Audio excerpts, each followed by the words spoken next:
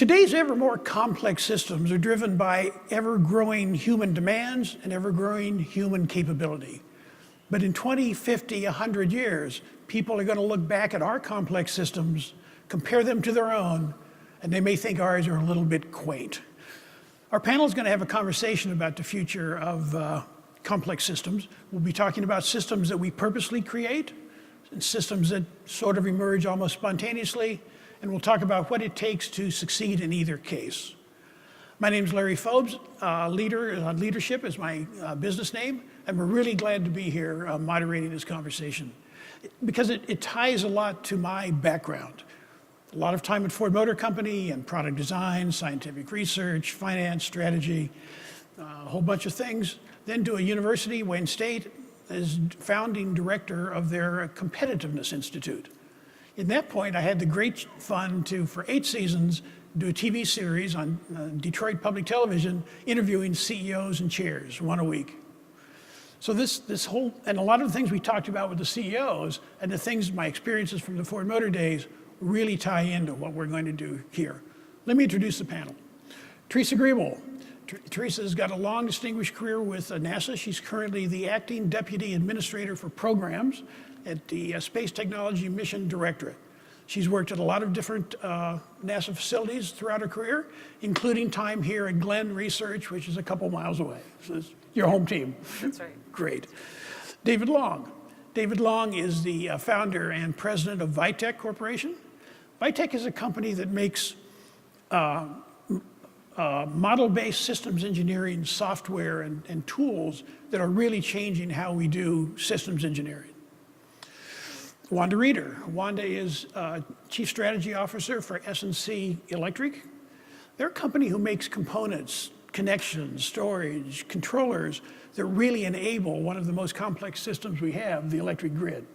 She's an IEEE fellow, and she's past president of the Power and Energy Society within IEEE. Please welcome our panel.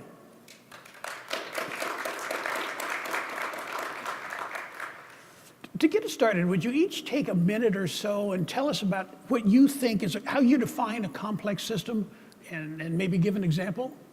Therese? Oh. So it's interesting. Throughout my career working at NASA, there are several multiple kinds of complex systems that I've worked on. And the complexity ranges, you know, we talk about product level complexity and then integration of products to make your integrated systems and so on. At NASA, probably the largest integrated system that we continue to work on is the human exploration to Mars. What that system is going to take requires a significant amount of integration across multiple diverse, even just like the heavy lift launch vehicle, its structures, its fuels, its propulsion, its electrical parts, its everything, and then that's just one element. And you got the capsule and the Earth departure stage and the habitat and all of those systems, and I'm an electrical engineer, and so trying to identify how all of the systems that are designed almost as individual stovepipes in a system that have to operate together is one of the more complex things that we work on. David. I think Therese said it well. Oftentimes we're a little sloppy in the use of the word complex, and it's worth differentiating it from complicated. Complicated problems can be broken down into smaller and smaller parts where the parts are really self-contained. The interrelationships are rather minor. And so while there's connectivity, the complication can scale, but it doesn't really cross into complex. As Teresa called out, it's when you have diversity of parts, diversity of domains, and a very rich set of interconnections that things become complex, because then they're no longer linear. They are no longer clearly cause-effect, and many times they do not appear to be deterministic in any way, shape, or form. And my favorite example is autonomous vehicles. If you think of visual sensing, if you think of interaction with other vehicles on the road, some autonomous, some with humans in the loop, and then think of connecting that to a greater transportation mega system, you get to see the real scale of complex systems. Yeah, from my perspective, I've been in the electric utility industry my career, and I think that the grid and the whole electric infrastructure is complex. It certainly has characteristics of what was described before, in that there's a lot of exchange between the generation, delivery, and the use aspect. And yet it's still continuing to evolve and become more complex because the makeup in itself is changing. We're becoming more distributed in nature. We're seeing a convergence of transportation and electricity, which builds onto the complexity as well. So it's really interesting times, and I think within a complex system there also could be a lot of subset complex systems, right? From products and the interconnections. So yeah, the definition it takes on multiple forms. Yeah, let's think a little bit about a complex system, because it's a bit nebulous to me. How far does a system go? Let's talk about a very advanced aircraft. Is it just the vehicle that moves through the air, or is it also the advanced welding system that had to be invented to make it out of the new materials, or maybe the new radar system that had to be invented to increase its bad weather operability? Where's the end?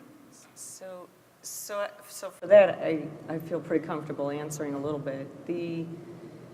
It's actually becoming far more complex, right? Because as we start modeling what we think the future of our airspace system, what it's going to look like, and the density of vehicles that will be in the airspace, because other nations are starting to develop vehicles and they're going to want to be able to come to the United States. They currently don't have that up and operational yet. And so the models that show what the future airspace system is going to look like is going to require some autonomous decision making. Right now we currently have the hub and spoke system, where there's a person in the loop deciding what your vector is and what altitude you're at. And it is likely that in order to operate safely in the system, each vehicle is probably going to have to understand its own metadata, right? How fast can I turn? How much fuel do I have left? What's my destination? How long have we been in the air?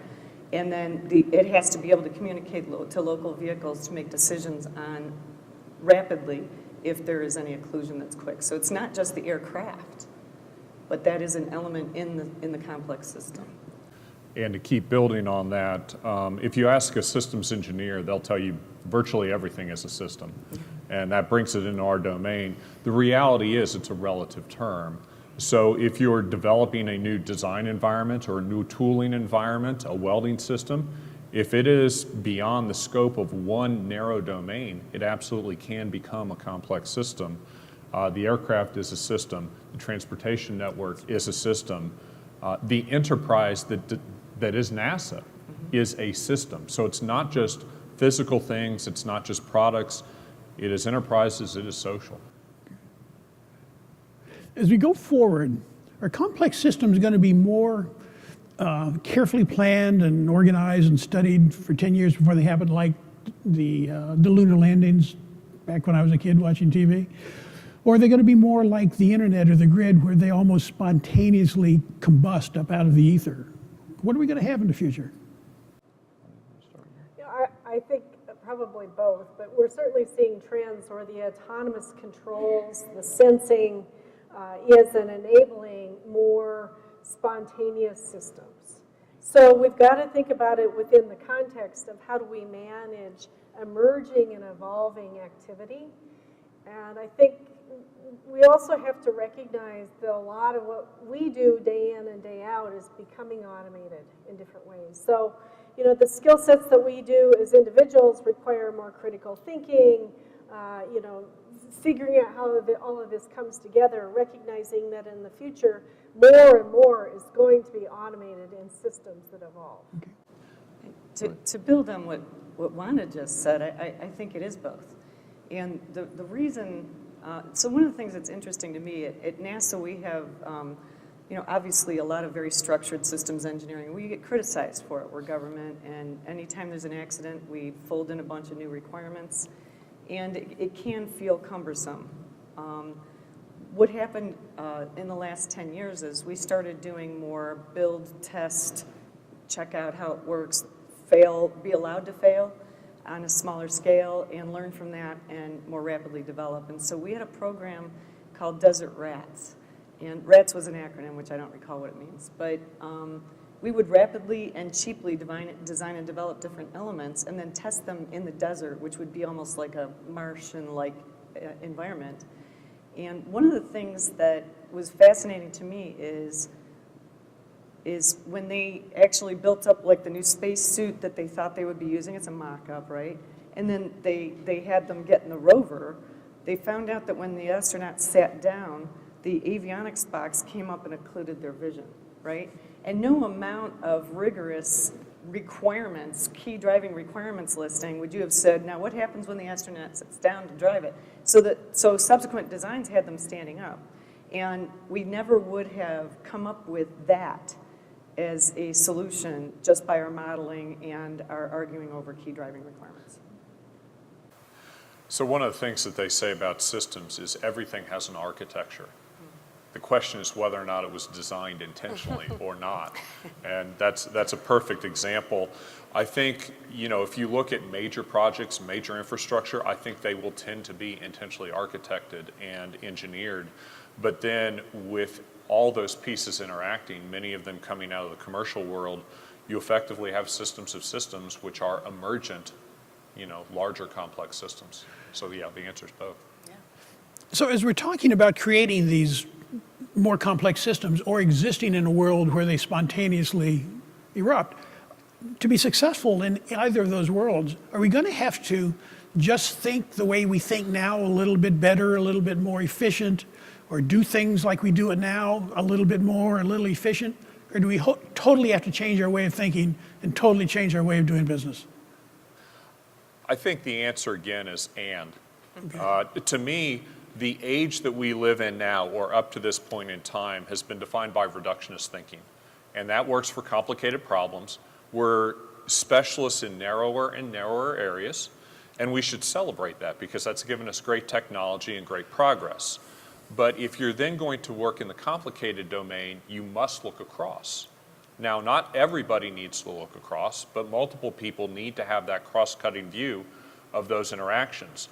So it's not time to throw away the way we have thought before. It's not time to throw away the progress and the reductionist thinking. It's time to layer on top of it this understanding of interactions in a disciplined way so that we get more intended outcomes and fewer unintended outcomes. With all these pieces going across, one of the things that's going to be in any complex system is technology and technology integration. So assume a continuum where there's just a simple tech transfer on one end, and at the other end is a complete technology integration, really a codependency of technologies. Where are we going to be on that continuum? Well, one of the things that we're doing in the Space Technology Mission Directorate, which is where I'm working now, is we're formally trying to enact partnerships so that the absorption of the technologies is a lot more organic. NASA, I think historically, has been very much far out in front, particularly in aeronautics in our day, as well as in space systems based on Apollo. And so I think we have to be careful about thinking that we are still the best in the world or the best in the nation.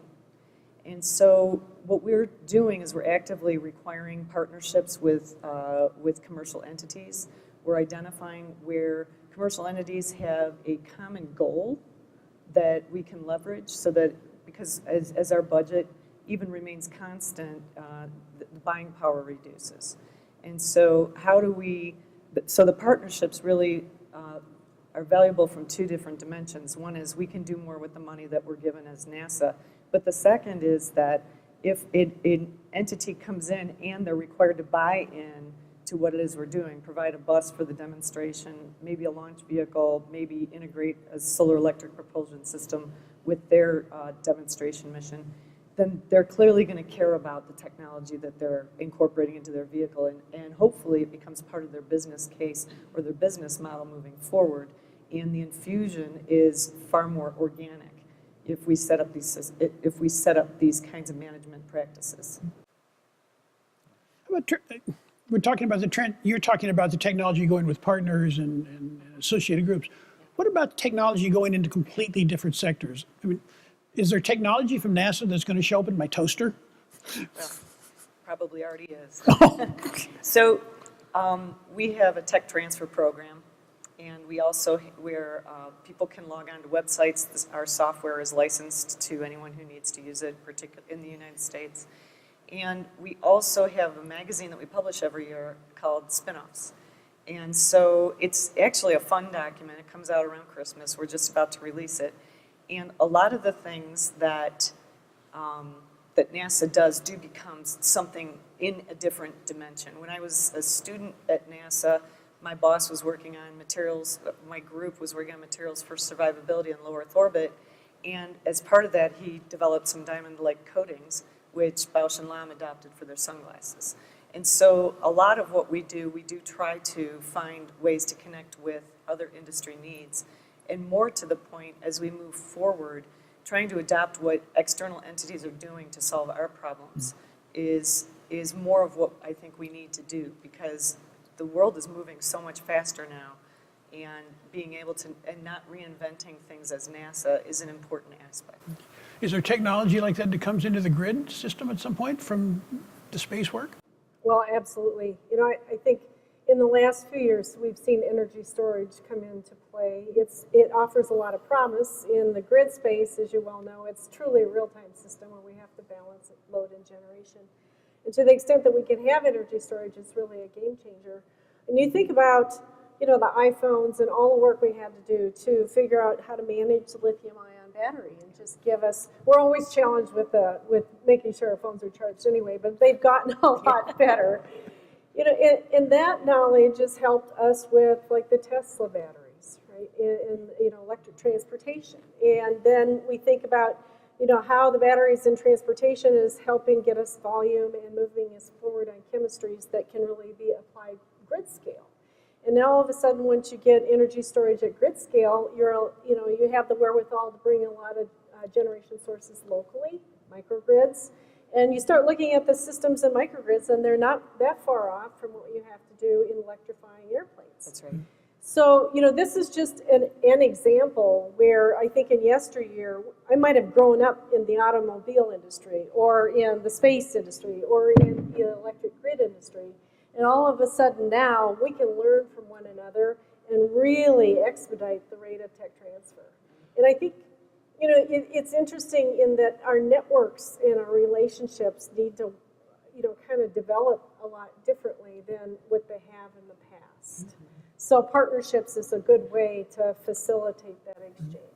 And that's also where a group like IEEE or the International Council on Systems Engineering or any of the other professional bodies comes in. It's a good cross-cutting network. As Teresa said, it's no longer a case where all the best in the world is within one organization or one sector. If we look across sectors, and that's where many of these bodies look, we can get technologies, but more than that, we can see patterns, solution approaches that people have taken to similar problems before. Oftentimes, the technology may transfer. Even more, the solution pattern may transfer to a completely different problem that has very similar characteristics.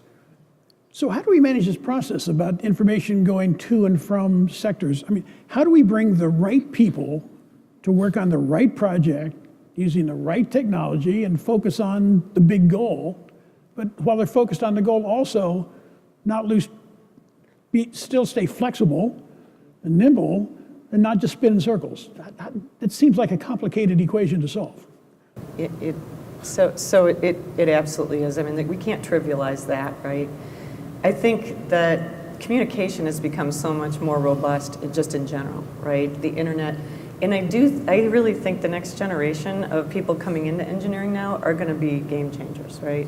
And probably what we need to do as the people who think we know how to do business is let some of them be kind of in leadership roles on our teams, because they already know how to flex between different things and they like to work as a group. They like to change groups, and they like to change focus. And that kind of cross-pollinates, cross-populates a lot of solutions. And I think that we need to organically try to start bringing that into how we do business. And it'll happen more naturally as long as we allow it. And some of us, I think, it's hard to let go of, you know, what got me to where I am is how I've done things. And so letting someone else help guide it is difficult, but it's not impossible. Well, and embracing that organic aspect within organizations, but also across the greater community is key. People will work on that which they find rewarding and truly intellectually challenging. So the challenges in many ways will draw the right organic combinations. The other piece, noting the cross-pollination, one of the concepts is for anybody to bring their part to a bigger solution, to bring their expertise, they have to understand the big picture. They have to understand how their piece is going to fit into that bigger picture, their interactions, their control pieces.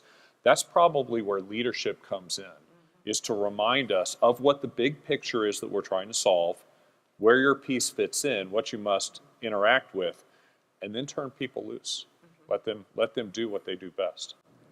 The thing that I would add to this is, and I agree, I think there's been some great comments, is that we have to figure out how to be adaptable. And I think up until this point, a lot of us have been educated and we've been in career organizations where we've overlaid a lot of process and structure. So, in some ways, the organizational aspects need to be unleashed so that we can tap the adaptability aspect. And I look at, the hiring practices and kind of how we define a problem and put individuals into that problem-setting mode. And what we're doing today is going to be different than what we're going to do tomorrow or 10 years from now. So we need both processes, systems, and individuals that can evolve over time. And I think culturally, that is, there's a lot to unleash there. And it ultimately will be a big connection to, a value proposition that's yet untapped. And I think that's particularly critical as we move from complicated to ever more complex. It turns out that our sciences and our disciplines must continue to evolve. So the principles stay constant, but the processes, methods, and tools, they have to be ever shifting. And if we lock into today's processes, methods, and tools, we can't innovate. I can't emphasize it. I totally agree with everything that both of you are saying. One of the things that I have found is that as management, there are things that we can do from a leadership perspective that will help organizations and the community at large be just so much more rapidly advancing, more versatile. And one of the things that from my perspective, if you are a leader and you have a visceral reaction to having a young newbie come into your meetings, if you really just have a fundamental issue with that, that's probably more about you. And so I encourage people, letting people in and helping them teach us is only going to help us. Us holding back from that for whatever reason is going to slow everything down and make whatever entity you're a part of irrelevant. You're talking about leadership. So in these really complex systems, your phrase systems of systems, which I really like, I don't see that there's one person in charge. What's the model to make this thing go forward in an organized manner, not get siloed so we miss all the opportunities, and still get it done? What's the leadership model for that when no one's in charge? Well, so what I would say is, again, let's look at the evolution. And in complicated problems where you could break it down hierarchically, the old industrial mentality of Taylor worked. Break the problem down, each person optimizes their piece, one all-seeing, all-knowing manager brings it together. Well, the complexity is such that that model doesn't work, and so a hierarchical control model is not right. It's a network or a network of networks concept that comes into play. And so you still have project teams, you still have expertise teams, but rather than a command control mentality, you have a unifying vision, a unifying architecture that tells people where their pieces fit. You have interconnected teams, and then the key piece becomes trust. Because you cannot dictate workflow anymore. Teams must trust one another. They must trust the people that they're working with. And that's the team of teams concept from a crystal. But in corporate life, we tend to work in silos. I work in this department in the organization, I work in that department in the organization. How do we get them even talking across the aisle in the same company, much less talking across companies, across sectors, across industries? I think it's going to be even more important than it has been in the past to connect the work that we do to the broader trends and drivers. So, you know, especially the incoming generation has a passion to be connected to society at large, understand how they're making a difference. They like to work with others of different skill sets. But, you know, with all of that being said, it's important to have it orchestrated within, you know, what are we trying to get done here? What is this complex system trying to achieve? And I really think that the mode of leadership is going to shift from one of defining our silos and our boxes in an organization chart that's picture perfect to one of being able to articulate where the vision is that's clear enough so, you know, these shifting teams and evolving sets of work can understand the mapping to achieve the big goal. Yeah, and again, it does come down to leadership. I've worked in a lot of different organizations, and I think the trust thing is very important. And it's not just that you need to be able to trust each other, you need to be trustworthy. And leadership sets the expectation for that. And so if there are people who, you know, misbehave in a professional environment and they are not checked and it's not seen to be checked, then that culture is misbehavior. And then the trust is gone and the system falls apart. And so what really we're coming up to is how do we as humans learn to be able to be trustworthy and to trust each other, both of which are kind of unsettling. But being able to do those softer skills are now going to be critical to our success once we move into more complex systems. I buy the direction, but you're really talking about a change in corporate culture, organizational culture. Yes. A lot of companies don't have a great track record at actually turning the culture around. How do we actually, I agree with the direction, how do we actually make it happen? Part of it may go back to that organic aspect. You know, it was Deming who said, you know, change is not mandatory. Okay, survival is not required. The reality is, if you look at why certain new emergent organizations, such as SpaceX, are able to perform the way they do not have a corporate legacy of policy, of mentality, of culture that has to evolve. So it may be that newer, smaller, more focused organizations make it happen.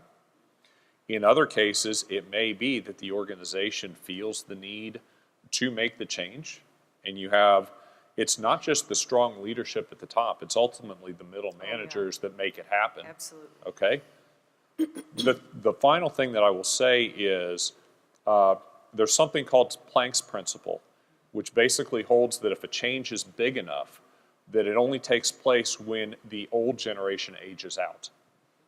It may be that this change is forced upon our organizations by the new generation that mandates it, and that our problems honestly mandate. It may simply be reality, and that's not a bad thing. I actually think that the rate of technology is coming upon us exponentially, and yet a lot of these organizational challenges, the rate of productivity that we're seeing is, we might be increasing, but it's relatively slow. So to be competitive, there's a lot of opportunity to leverage the technology that we have and that we're creating. But you know, the extent that you can do it faster and quicker and more effectively means that you're going to be out there and you're going to be winning in the marketplace. So I think a lot of this change is going to come from competitive pressures. Yes. And that being said, I think we also will recognize that there's going to be a spectrum of those that can do it really quick and really fast, and those that bring kind of the hierarchy and structure and, you know, probably early technology work. And in the end, it's getting all of those facets to work together that probably defines success. When we've been talking about complex systems this morning, we've generally been talking about big systems. We talked about keeping our eye on the big goal. Is there a danger at some point of being too focused on the big project and not enough on some smaller ones that may have opportunities that we're just missing because we're focused on the big one? There is, and so it is a constant struggle, right? NASA has research work that is actually finding out, we're rewriting science books like every year based on science missions and what we're learning about the universe. There are researchers at NASA Glenn who are PhDs who have knowledge that is the deepest in the world in their particular, but it's very, very narrow. And they learn about it and they publish about it and we spread the information. And I think we need to have that continuum of some deep dive subject matter expertise as well as someone who thinks system level. And frankly, I think the entire workforce needs to be able to flex between. You're going to have 20% that's never going to do anything but that research and 20% that's never going to do anything but that system. But in the middle, you can do that cross-pollination. And I can't agree more with David's comment about middle management. We need to motivate our managers to do what is going to be best for the future of the organization. Right now, I've been involved in organizations where our middle managers are motivated to hang on to their people. And it's not because it was directed that way, it's just because hiring's gone down, you can't get a hold of people, we can't hire contractors, whatever. And so the motivation is to hang on to their people who are young and excited to go over there and work on that. The program wants them over there, but the manager won't release them. And so what are we organically, I think really, everything that I keep coming back to is how are the people working? And can we set things up as management or organically, because we'll become irrelevant if we don't. Can we set things up to motivate people to do what we need them to do to be a healthy interaction between ourselves at our own place and between other entities so that we can all learn and grow and leverage from each other? The one thing that I'll add on top of that is complexity can occur at any scale. We tend to think of the systems of systems or the mega systems, transportation, the entire grid, etc. A new insulin pump that's embedded in the human body. That is a highly complex system that is very small in scope and can be done by a very powerful but small commercial team. So, let's not limit our own vision to just the huge items and think that complexity equates to scale. It doesn't. Let's switch gears a little bit and think about spontaneously emerging complex systems like the internet or the grid over time. It's a long time since Tom Edison wired up two houses, right? Get out your crystal balls, and what kind of systems are going to, do you think, emerge over the next 20, 30, whatever number of years? Is it going to be more internet? Is it going to be more grid? You talked about transportation. Are there others out there? Or are we all going to be surprised? I mean, as I believe, it's funny because you see these movies from back in the 70s where, everything evolves and emerges and then people have like a chip in their arm. And when I look at identity theft and I look at, I don't know how many of my friends have had their tax returns for, fraudulently performed by someone and somehow delivered to the IRS and then they somehow get refunds. And when I start thinking about how we are being driven almost by the technologies that we're developing are creating other problems. And those problems are big enough and affect enough people that there's going to be an emergence of another solution, and that solution. So a lot of those old movies had people with a chip in their arm, and they had, and they had automated cars. Right. And they had, in automated cars, I think that system's going to be huge, right? I'll be glad when that, because I'm terrified. My son is just 17, and so, but then you can sit in the car and you can type on your computer, and you don't have to worry about whether or not there's traffic or whether or not there's an accident. And those disruptions, it's going to totally change what we free up in order to do other things. I think if I'm looking at that future crystal ball, the human has to be at the center of it. And then expanding out from the human to the societal level. So certainly we're seeing the information age and our desire for more information, whether we need it or not. In some cases, it's a created need, but that's okay. I think we'll tend to see tremendous explosion in that area. Health. I mean, and that's not just the device level. That, again, is a societal level need. And then you mentioned the autonomous vehicles and transportation. If you look at one of the megatrends of urbanization, how is that going to completely transform the transportation network, terminal mile, and all those concepts? So those are the areas that I see perhaps the greatest both energy, interest, but fundamental need for change and change and complexity. As all these changes are happening, there's some organizations who are working on complex systems and help us understand them. David, you're active in NCOSI. Yes. Wanda, you're very active in IEEE.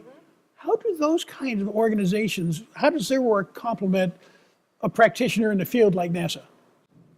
Yeah, I think, technical professional organizations like IEEE, they serve a lot of functions. One, of course, is to help facilitate standards so that there's interoperability. And, of course, interoperability in all of these complex systems are very important.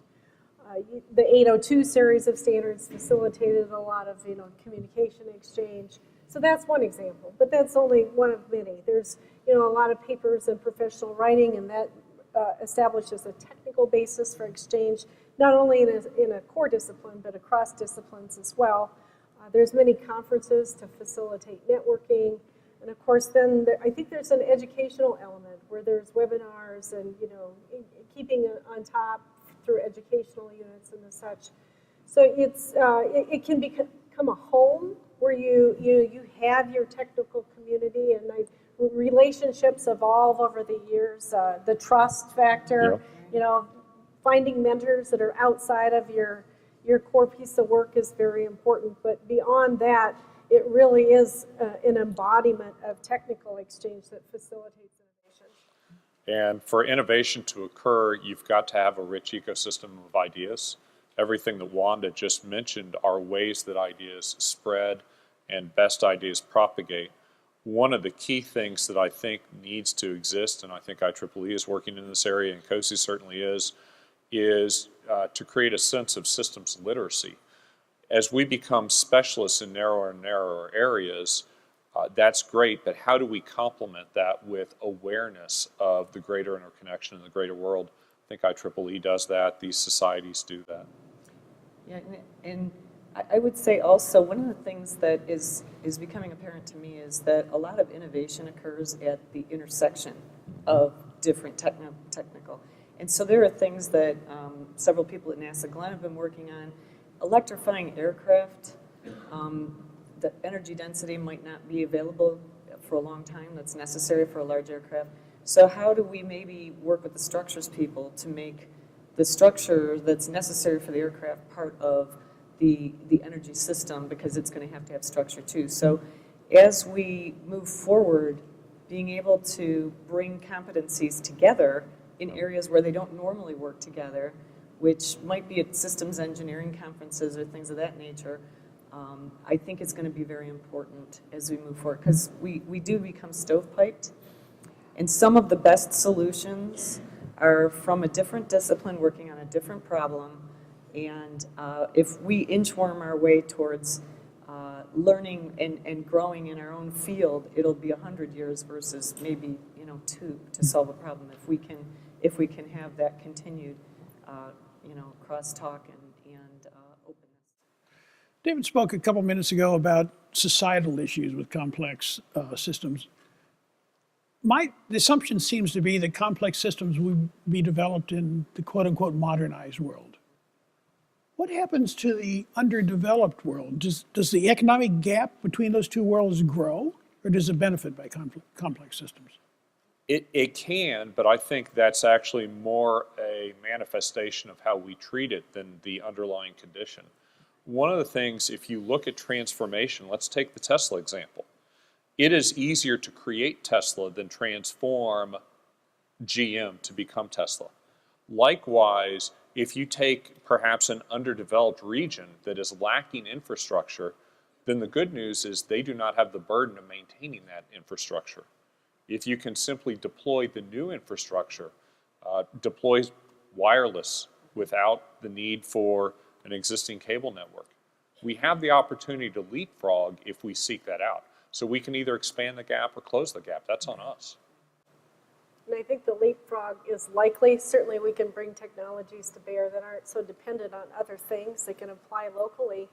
But a lot of times the success resides in getting the acceptance and the ability and wherewithal for that underdeveloped area to utilize and maintain the technology. So there's pieces there that from a social behavior perspective, we've got to weave into the solution. Otherwise, we can bring the greatest That's in right. a leapfrog technology to bear, but it won't be successful unless we consider the social aspects as well. Before we get into Q&A from the audience, we'll have the cards in a minute. I've got one more question. Let's apply some of these concepts to a real-world situation, a hypothetical real world. Let's assume back corner of the audience is Elon Musk, and he loves what you're talking about on complex systems and how we're going to do it. He convinces you to leave your current employers and go work for SpaceX. And your job is the three of you to bring your three different viewpoints and figure out how to do the strategy and the implementation and the maintenance of the Mars permanent colony. How are you going to go about that? Well, I'll start because it turns out that in that example, Elon Musk is already doing many of the things that I'm talking about. It turns out that if you look at SpaceX and understand what they're doing, they have vertically integrated their supply chain. They think across discipline. They are absolutely technical experts, don't get me wrong, but they naturally think across the disciplines to recognize these systems dimensions. So I would tell Elon, keep doing that. But I would add one thing on top of it. His environment today is tuned to learn very quickly in somewhat of an agile mentality. And as long as you're working on the surface of the earth or near the surface of the earth, and you can upload a software patch, build a new version, whatever, you're great. If you're going to go to Mars, we're going to have to also fold in some long-term thinking because you're not going to get another shot at doing something when we're 1 year, 2 years out on that journey. So Elon, let's keep doing what you're doing, and I'll help bring some of those lessons back to the greater industry while perhaps taking some of the industry lessons to you. How would you go about creating a power distribution, generation and power distribution system at that distance? Yeah, I think if we were faced with that situation, we'd have to learn more about what each of us bring to bear and what the vision is, and kind of agree upon that to fill in competencies that we don't have. Oftentimes, it's so easy to build a team of people that are like you, that come up from very similar backgrounds because it's who you know. And, we're better off trying to understand, what the multidisciplinary nature is of the problem set and making sure that it's covered somehow. So I think that is a very important piece to get started. And then as you lay it out, the idea of taking on something and learning quick and being able to fail and learn from that and keeps it moving, right? So because Mars is, you got one shot at it, you'd have to have an environment where you could do some really good testing and be able to do it rapidly so that you could bring it together within the time expectations and be able to learn quickly. Right, and I guess from my perspective, I think I very much agree, especially with Wanda's point. I don't know what Wanda brings to the table yet, and I don't know. I have a very top level understanding of what David and Wanda bring to the table. One of the things that I have observed is that we have tried at NASA to stand up in a couple of different areas, transformative new initiatives in technology development and build, test, fail, build, test, fail. And in order to try to divorce the management that's got the history of, the requirements fee, right? All the verification, validation, all the things that we do as a bureaucratic institution that's working in technology. And so they would put very big idea people in charge of the program, would try not to get safety and mission assurance too involved. And the issue is, I think we found some problems with that. And what I think I would bring to the table is I know which things you can skip doing in the verification and validation. Like, you probably don't need a software assurance plan, management plan for this, but you probably better vibe test that before you put it on the, And so sometimes, and I think we've seen it in some of these startup companies that are just really making huge progress, like Elon Musk and others. But every once in a while, they have kind of an explosion or a failure. And so there are reasons why NASA does things the way NASA does things. And where you can skim off things and not put in the bureaucracy, and where you better pay attention to it, sometimes you need someone who's been through it, who's willing to flex. Yeah. You talked about standards a little bit of the organization. The question is, today's standards are not well aligned with objectives of complex systems. What do we do? Yeah, a lot of times by the time you make a standard, you're writing it in retrospect. And I think it's important to understand that we need to evolve standards. There's a place for standards, there's a place for innovation, but we need to stay on top of them and not let standards kind of define the way that we've done things as of yesteryear. So it's getting folks like us together, and where there's gaps and opportunities, we sit down and start writing and creating the standards that we need, rather than relying on those in the past. Standards at NASA, are there? Yes, in fact, actually, there's a gentleman sitting in the audience here who wrote a standards document for electronics parts for space applications, because there wasn't one that existed. So when we moved into Constellation, what does everyone reference when they're trying to build an element, which is a huge element like Orion or Space Launch System, and there are no standards relative to electronics or electrical parts. And so, I can't agree with Wanda more. We write standards based on what we know is physically possible, and so you need to understand what's physically possible to write the standards, but then as we advance and we have more physically possible capabilities that are still safe, we probably need to revisit our standards and loosen them up so that we're not tied to standards that are driving our cost and our mass and everything else out of control. Would standards help or hurt the model-based system engineering business? Again, the answer is yes. The issue is which standards, how many standards, and at what phase. I think that in a learning point, in a discovery point, you have to go through divergent and convergent cycles, and you need to do so rapidly. So in something like complex systems, model-based, to lock into standards too quickly actually inhibits innovation, but to pursue no standards whatsoever never advances the field. You simply repeat the same learnings and same failings over and over again. Another question, autonomous systems will need to know when a neighboring system is failing. Will biomimicry be useful in designing these systems? So yes, right? I don't know how yet, but yes. I have just a little bit of experience with biomimicry, and there's actually a lot of things happening in Northeast Ohio related to biomimicry, and I think it would be good to tie them all together. And I think we have an individual at NASA Glenn that's trying to do that. Biomimicry, we had an example at NASA Glenn where we funded an individual who saw the way that things had formed over millions of years through nature and had become optimized, and thought that if we applied that particular shape to our turbines for compressors for air-breathing engines, we could get more efficiency. And it was just a very low-funded, let's check and see if this thing works, and the performance was phenomenal. And no one believed it, and he won a PCASE award, which is the President's Young Award. He went and sat and got to have dinner at the White House. And so the things that that grew up and we know all the models, and we can only get a 1% improvement for every major initiative in things like turbine engines. Finding biomimicry applications can be just a tremendous game changer. It's that different discipline that has learned over millions of years that can be applied to solve problems that we don't even understand all the physics for yet. Expanding that a little further, Jim Collins during the last economic downturn said, Oftentimes, particularly as engineers, we ask the wrong questions. We ask how, when in reality we should ask who. It goes back to the previous discussion about copying from other people, copying from other domains. We are taught, at least in Western education, that at a young age, the copying is wrong.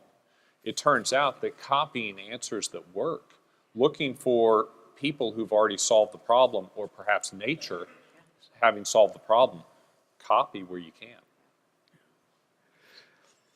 Another question. Are complex systems more inherently susceptible to malicious takeover? Is this just a fact of life? Timely question. I would answer yes, and for the following reason. If complex systems are defined by the diversity of the interactions and the density of the interactions, well, from a cybersecurity or a security perspective, every interaction actually poses an attack surface. So the more interactions and the more diverse interactions, the more risk you have, and therefore the more important it is to design security in from the front. You can't bolt it on, we all know that. Okay, next question. What are the top 3 attributes that these important middle management people need to have? I know we've only got 3 more hours, so take your So I'm the one that's been harping on that, right? So in my humble opinion, I think middle managers, so where I have worked, people get promoted, people who put in for middle management positions, it's largely the only way to get promoted. And some of those people are not the ones who are wired to be middle managers, or to be, because you need to be able to be aware of what your people need, what the obstacles are for them to do their jobs, what are the opportunities that can be brought in to enable them to do great, and what is each individual's kind of long-term goal so that you can help get them the experience and exposure that they need in order to do that. Now that's a kind of a microcosm, because then you need to connect it to, so there's knowing your people, what they need, and removing obstacles. But there's also having a knowledge, middle management's the hardest, by the way, having a knowledge of the bigger picture where you can connect these people to help them thrive in the environment and be a very positive entity within your system. And the more that you do that in general, I think that as long as you're staying focused on your ultimate goal, you know, we're not training dogs, we're doing something else at NASA. So if you're a middle manager and you have that ability to see the big picture while also understanding your people and understanding where the obstacles are and the infrastructure that you can change to make things better for them. And that's, I think, something we don't always focus on, especially in the government. We get bogged down with actions and requests, and you can become a tactical just machine instead of doing the human stuff. I think the top characteristics we're in a space where it's changing. And I think in another 2-3 years, the things that are going to bubble to the top is creativity, critical thinking, collaboration. And right now, those maybe aren't even in the top 10. Just in how middle management is rewarded. But, you know, I think a lot of what we do day in and day out is going to become automated. So the leadership needs to be around, what do we work on, what do we don't? You know, how do I interact with those that can bring in solutions from other parts? How do we facilitate that exchange? How do I get this group of very multidisciplinary group to work together? You know, so we are very much in a time where I believe those that are going to get rewarded going forward are going to bring different characteristics than those that we know today and that of which has been successful. And if we look at it from the perspective of most of the people that we're talking about in a technological organization come from a technical background, well, and I agree 100%. The place that I would suggest that we emphasize the training and education is in the soft skills, because all those people have largely begun from a technical foundation, but it's the soft skills that are required for the eliciting of needs from all directions, from the leadership, from the collaboration, from the moving people forward. The soft skills are really part of growing the next generation. This was a two-part question. Do we start those soft skills when they're elementary school, high school, college, interns? There's a book called Everything I Ever Needed to Know I Learned in Kindergarten. And so I do think it's, I don't know how to solve the problem because it seems like a big problem that's individualized across every person as they develop, right? And so how do we help? I think that people, largely become who they're going to be pretty early in life. And so how they treat each other, how they listen to each other, how they work together. It is something that I think needs to be cultivated through your life. It's hard to teach soft skills. You can teach people to act right, but to teach them the soft skills is hard. They're experiential, so I think we can focus on helping to create the experiences and mentor and lead and teach in those cases. But you're right, raw academic teaching of soft skills is challenging. I do think the educational process early on, though, can bring in more experiential activity into the classroom. I mean, people that have been involved, and I was very involved in 4-H, but Girl Scouts or, that kind of thing, growing up, you tend to be in positions where you're working with others, you're working on projects, you're creating outcomes, and we don't see that in the classroom as much. So that kind of activity, where it's been proven to facilitate adaptation and kind of creative solution making, we can do a better job trying to figure out how to weave that in to the educational process. Probably our last question. Does long life cycle alone make a system complex? How do you anticipate the evolution over the long cycle?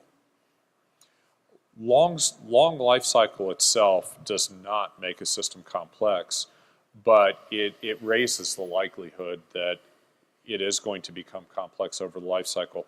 In 2015, at the Incosi International Symposium, Jan Bosch, who comes from the software engineering community, challenged us to say, look, you guys grew up in an era where you built to last. You built long-lived systems that you thought would be stable in technology and stable in requirements through life. He said that's not reality now.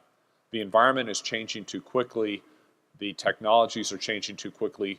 People's desires are changing too quickly. We should shift our mentality to built to evolve, which involves how we think about systems and then how we actually build them, which will likely lead to more complex. I think the electric utility industry is a really good example on this because we build infrastructure and depreciate it over 30 years, and the likelihood of it lasting even longer is high. And now we're lacing it with, communications and computers and electronics and inverters that have a much shorter lifespan. And we're getting more functionality out of it, no doubt. But the challenge is, how do you evolve the functionality of that infrastructure so that you're not stranding assets? So to your point, that we've kind of grown up with here's a product to add to it that's going to have a long lifetime. Well, now, is there pieces of it that we design that's going to change so that we can take advantage of new technologies, but yet the labor and the hardware is likely going to stay there for a while. So it is a different thinking. It's a different thinking. The only thing I think that I can add is with NASA, a key driving requirement is reliability and long life, right? And I think similar to what Wanda was saying, our shuttle, I probably shouldn't, I can't validate this, but I understand it was designed with 286 computers. And towards the end of the shuttle's life cycle, which was 30 to 40 years, so it makes sense, it was in the 60s, 70s when we were designing it, trying to even get parts to replace things as they, as technology has just gone through so many more generations of evolving. And so it's an interesting question. How can we maybe identify parts so we can, or design things so that we can change them out and not have such a major impact on the reliability of the system so that we don't feel comfortable putting people on it? We had a whole lot more really cool questions, but we are past our time. So we're going to say thank you, and would you please thank our panelists?